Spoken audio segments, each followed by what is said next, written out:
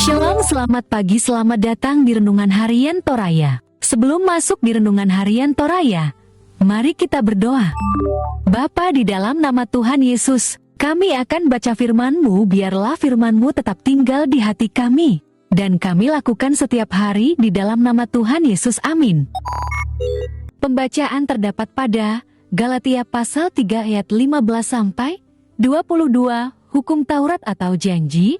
Saudara-saudara, baiklah kupergunakan suatu contoh dari hidup sehari-hari, suatu wasiat yang telah disahkan, sekalipun ia dari manusia, tidak dapat dibatalkan atau ditambahi oleh seorang pun. Adapun kepada Abraham diucapkan segala janji itu dan kepada keturunannya, tidak dikatakan kepada keturunan-keturunannya seolah-olah dimaksud banyak orang, tetapi hanya satu orang, dan kepada keturunanmu, yaitu Kristus. Maksudku ialah, janji yang sebelumnya telah disahkan Allah tidak dapat dibatalkan oleh hukum Taurat yang baru terbit 430 tahun kemudian, sehingga janji itu hilang kekuatannya. Sebab, jikalau apa yang ditentukan Allah berasal dari hukum Taurat, ia tidak berasal dari janji. Tetapi justru oleh janjilah Allah telah menganugerahkan kasih karunia-Nya kepada Abraham. Kalau demikian, apakah maksudnya hukum Taurat? Ia ditambahkan oleh karena pelanggaran-pelanggaran sampai datang keturunan yang dimaksud oleh janji itu, dan ia disampaikan dengan perantaraan malaikat-malaikat ke dalam tangan seorang pengantara.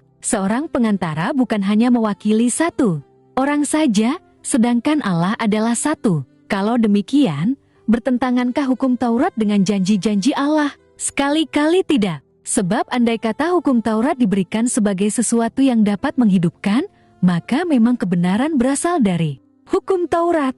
Tetapi kitab suci telah mengurung segala sesuatu di bawah kekuasaan dosa, supaya oleh karena iman dalam Yesus Kristus janji itu diberikan kepada mereka yang percaya. Yema hari ini adalah janji Allah dan hukum Taurat. Pangaluna, Puangna Sukaran. Aluk, sebuah ungkapan dalam bahasa Toraja yang berbunyi tantan kapu, menggambarkan bahwa apa yang diucapkan oleh seseorang adalah kebohongan belaka. Kekristenan senantiasa identik dengan janji Allah dan penggenapan janji itu. Sejak manusia diciptakanlah senantiasa memperkenalkan dirinya sebagai Allah yang menepati janjinya, bukan sekedar tantan kapu. Paulus menekankan tentang janji Allah dan penggenapannya yang disampaikan karena keadaan orang-orang Kristen dan komunitas Yahudi di Galatia yang hidup dalam paham yang keliru dan sesat karena ajaran palsu. Hal ini disebut Paulus sebagai filsafat kosong. Mereka hidup dalam dualisme pengajaran bahwa iman di dalam Kristus merupakan langkah awal yang harus disempurnakan dengan melakukan Taurat.